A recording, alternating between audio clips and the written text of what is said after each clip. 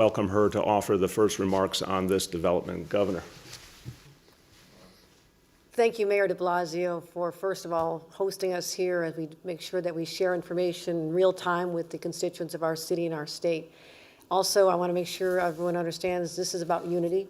There's a reason we're here together to signal that this is a challenge that we're going to tackle together and ensure that everyone knows that we're focused on transparency, which means we'll provide information as we get it, as well as a coordinated response from the city and the state to deal with whatever lies ahead. As I mentioned this morning in my briefing, we still don't have specific information on how the vaccines are holding up or the boosters are holding up to this variant, but it is real. We said it would be coming here shortly.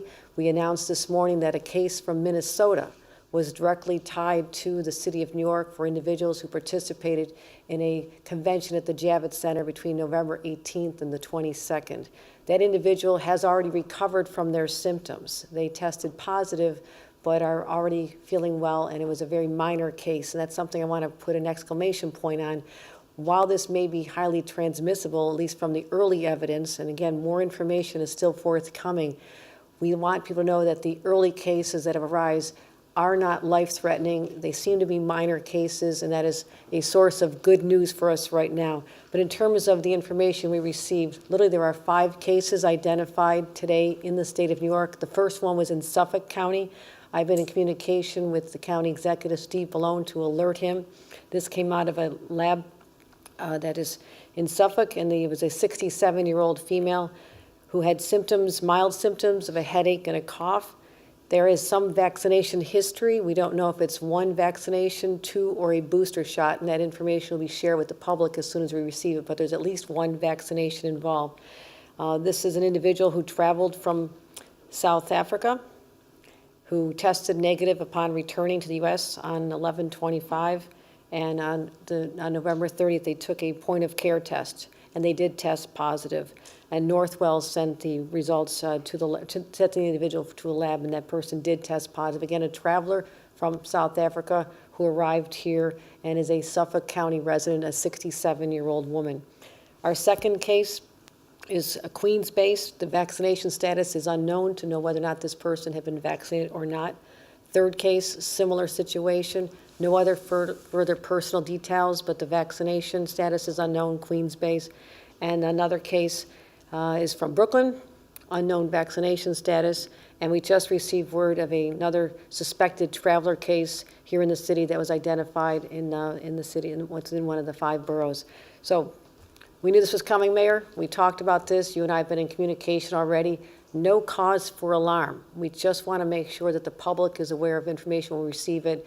We don't have more information at this time, but we suspect there'll be more cases emerging, and the best thing that everyone can do is realize we're not defenseless against this variant at all. That vaccine, we know, is going to ensure that there's less severe symptoms.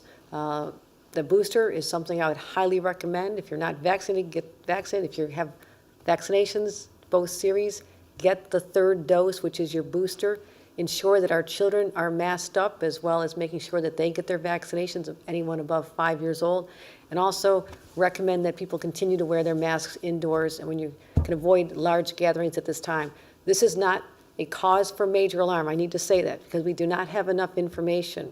We're not having shutdowns. We're not changing our protocols. We are continuing where we are, but making sure that we work in concert together and encourage people to get tested often, get the vaccination, and that, again, is our best defense. Again, Mayor, I thank you for the continued relationship that we've had since the beginning of my term, short time, but a lot's been happening, and I appreciate your leadership as we work through these issues together. Thank you so much, Governor, and thank you there's been tremendous communication, you and I directly, but also your team and my team. I want to thank you for that. A very cooperative, collegial atmosphere, a lot of unity of purpose, and I want to say that to all New Yorkers. We are working together to protect you. We have a new situation, but we also know there's a lot of information we do not yet have about Omicron. We know we now have cases here in New York City. We have to assume that means there's community spread. We have to assume that means we're going to see a lot more cases. But we also have tremendous tools, as the governor said. We have a massive vaccination apparatus, and that is by far our best capacity to protect everyone against this variant or any other form of COVID. So the message today is, let's do the thing we know works with COVID. Let's get vaccinated. To all the parents out there of the youngest New Yorkers who have not yet gotten your kids vaccinated, the 5 to 11-year-olds, we need you to get your kids vaccinated right away. To everyone who qualifies for a booster and has not yet gotten it, we need you to do that to protect yourself and your family and everyone in this city.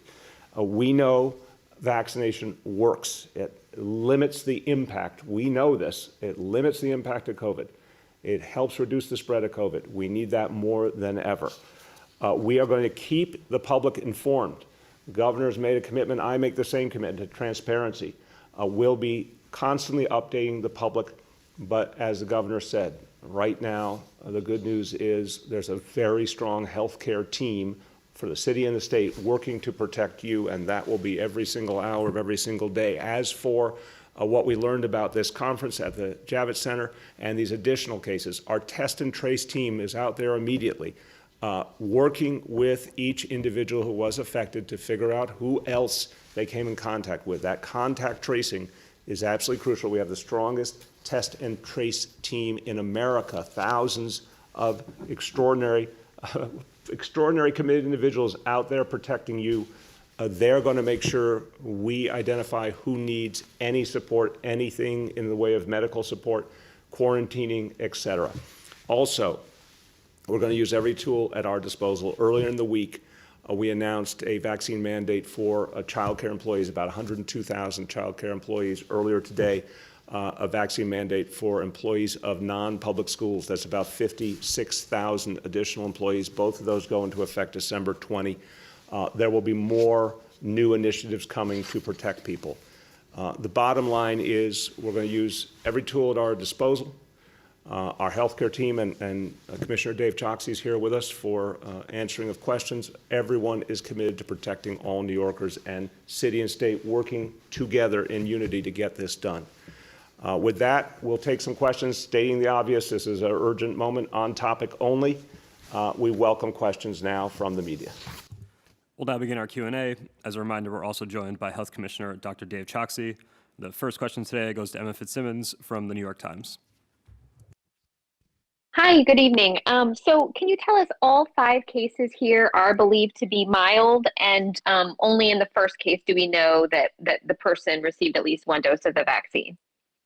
Yes, we only know. And then Dr. Choksi, go ahead. Yes, with respect to the information we just received from the labs, which is literally what happened within the last hour, we only know that 1 person has been vaccinated for sure, and that is the individual from Suffolk County. So that status is not determined. We expect to know it soon, and the symptoms were very mild. And again, we don't have a lot of cases to compare this to, but the individual from Minnesota, the first case that we spoke about today, again, mild symptoms, they recovered at home, and that is why we have to realize that this is actually the 5th variant. I thought it was the 4th, but we added up, it's the 5th variant.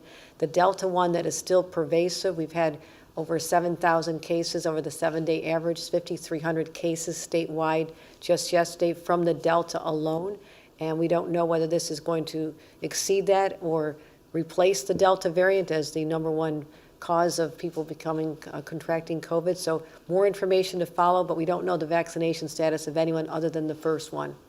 As I turn to Dr. Choksi, just emphasizing the governor's point, we do have a new challenge, but we have a much bigger current challenge with the Delta variant and driving a lot of real profound impact on families all over the city, state, and nation. So I just want to emphasize to everyone, job 1 is still dealing with the Delta variant. Dr. Choksi, anything to add on the cases so far? Just briefly, sir, the governor and the mayor are exactly right. With those 5 cases, we are still gathering all of the details. We know that 1 of the 5, as the governor said, is vaccinated. It's very possible that others will also be vaccinated, but it gives us a chance to reinforce. It's so important. If you or your child are not vaccinated yet, get vaccinated. If you are and you're an adult, get your booster dose. Emma, do you have a follow-up? If not, let's go to the next question. As a reminder, we're also joined by the Test and Trace Director, Dr. Ted Long. Next question goes to Jimmy Vielkind from the Wall Street Journal.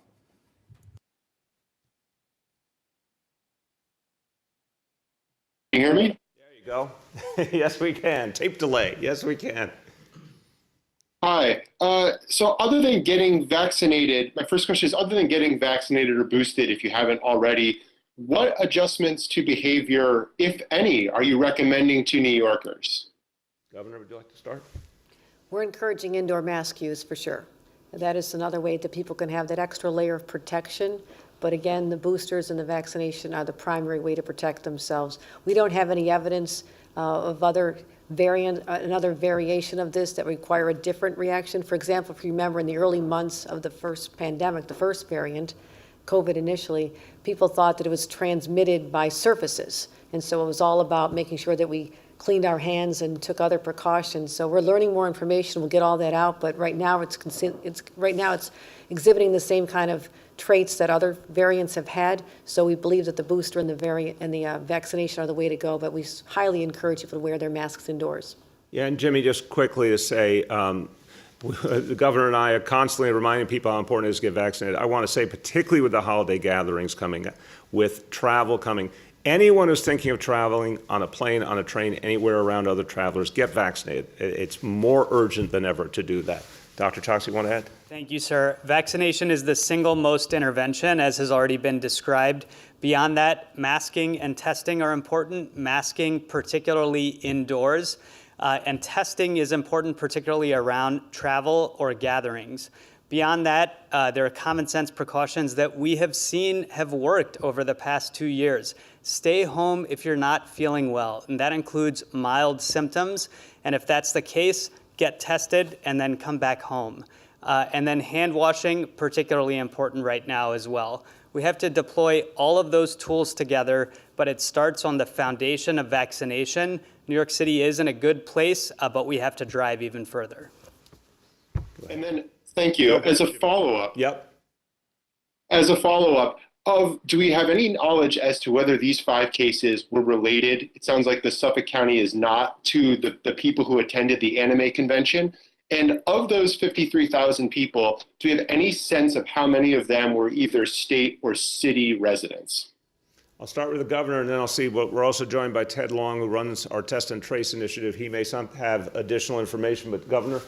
The contract tracing just began today. We literally received this information about the people gathering at that convention from November 18th to the 22nd. So it's too early in the process to be able to identify who have been residents. But in terms of these 5 cases, again, Suffolk County, as you mentioned, is further out. I don't know that these people are in contact with each other or not. We don't have evidence either way.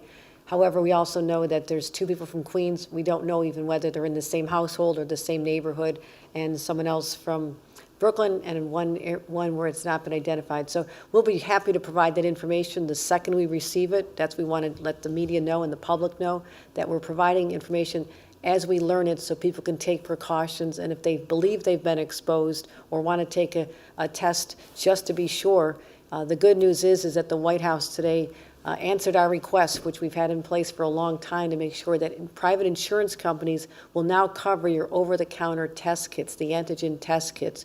So those are on shelves right now. I encourage people to also make sure that they have those available. If they just have this anxious feeling or this sense, I want to know for sure that I don't have the variant or Delta or whatever else they may have, we want to make sure that people know that these are now covered by the insurance providers.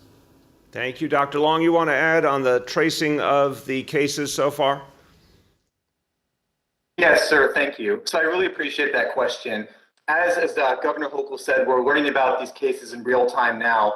The first case, which we were just looking into right before this press conference, was actually an individual that had already completed our contact tracing intake, and we were able to offer that individual resources, and we confirmed with that individual every day as part of our usual monitoring that they are appropriately isolated at home and therefore not risking their friends, family members, or other New Yorkers. We're going to be doing that same process for all of the cases as they come in and setting up different chains of transmission to make sure that we're able to break chains if we see any connections to things like the events.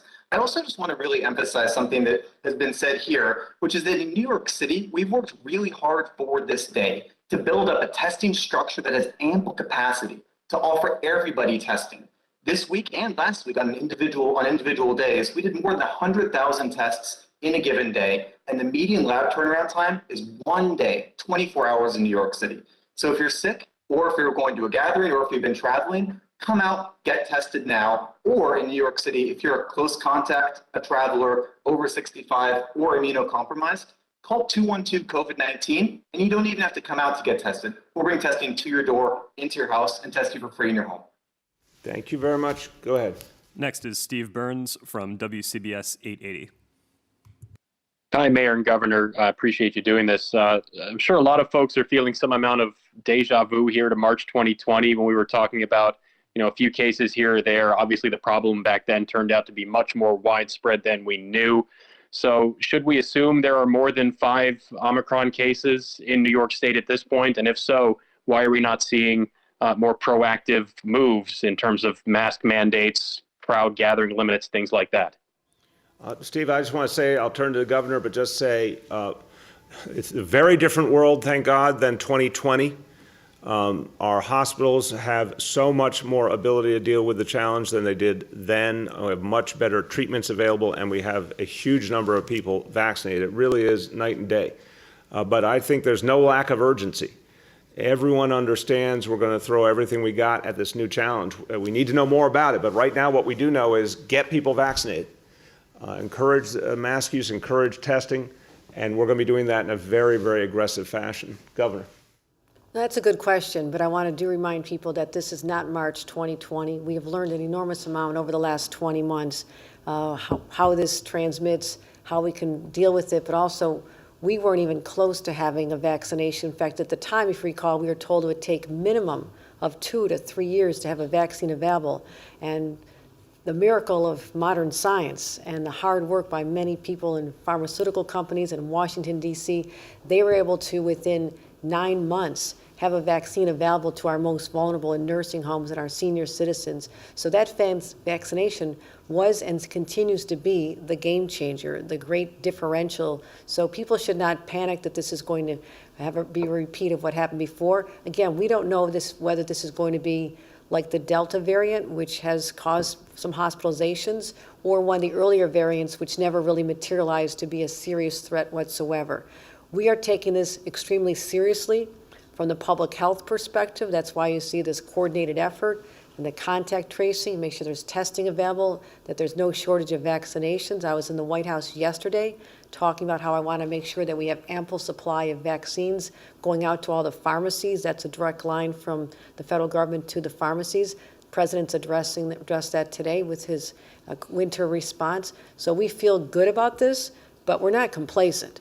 We're not sitting back and saying we're fine. We're saying that we have so much available to us that we're ready to deploy. And with respect to our real concern, back then and even now, it is overcrowding of hospitals to make sure that we always have enough capacity for someone who either has COVID and needs additional care, medical care, or someone who has a heart attack or an illness, that they have all the medical care they need. And that is why less than 1 week ago, I instituted an emergency order for the state of New York, which gives me the resources to deploy the National Guard where we may have shortages in staffing, and as well as deploy people elsewhere within our state system of healthcare, areas that are doing well, that we send staff, medical staff, particularly nurses, to those hospitals that have less than 10% of individuals, less than 10% bed capacity. We also stopped elective surgeries in those areas of vulnerability, and it's something that we can even expand those capabilities. So yes, I agree with the mayor 100%. We are in a far better place. The people are informed. There's not a panic. We're not trying to instill that. We're just trying to let people know we've got this. Have confidence in what we're able to do, because it's a different world right now. It is still a public health crisis, but it does not have to be a crisis that leads to the shutdowns when we did not have information, we did not have a vaccine, and we did not have the tracing and tools at our disposal right now. That is the difference between now and then. Amen. And Steve, look, anyone out there who's feeling urgency at this moment, there's something you can do. If you haven't gotten the booster, go get it. If your child's not vaccinated, get them vaccinated. I mean, this is something where we need everyone to participate. And there's a lot of people who still need to come forward and help us get the job done. So we have the tools like never before, and the vast majority of New Yorkers are responding, but there's still folks can come out, get vaccinated, help us protect against this challenge. Steve, did you have a follow-up? I do. Thank you. I wanted to see from the governor's perspective if this changes your calculus at all on vaccination mandates, especially when we see, you mentioned the other day, such a stark disparity in terms of the problem spots upstate versus in New York City. Would you at all be looking at emulating what Mayor de Blasio has done in terms of mandate for employees or something like the key to NYC to go to restaurants or theaters or things like that? Does this at all change your calculus on vaccination mandates? It also comes down to compliance, and I'm aware of the tools we have at our disposal. We have had even pushback with respect to our initial vaccine mandate, which was to have all healthcare workers receive a vaccine. I'm pleased that we have now 100% of healthcare workers who are working in nursing homes and in hospitals vaccinated, but that resulted in a loss of literally thousands of workers that we needed, which is why we have a situation now, one of the reasons we have a situation now to backfill those. So I know all the tools we have at our disposal. If we learn more about this variant, that it's different than we don't have enough information right now, but those are issues that I can trigger instantly. I can change the dynamic with the directive instantly, depending on the circumstances. So again, I don't want to overreact to this.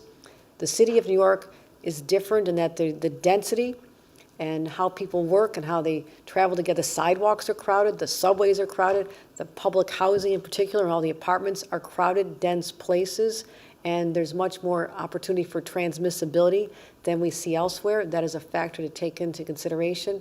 The New York State workforce has a vaccinate or test to return to work situation now, and it's working very well. Our numbers of testing positive rates are very low. So I put this on the table of issues that we have able to address, go further, but I don't know enough about this variant. We're not going to overreact, but I can react that quickly if we need to.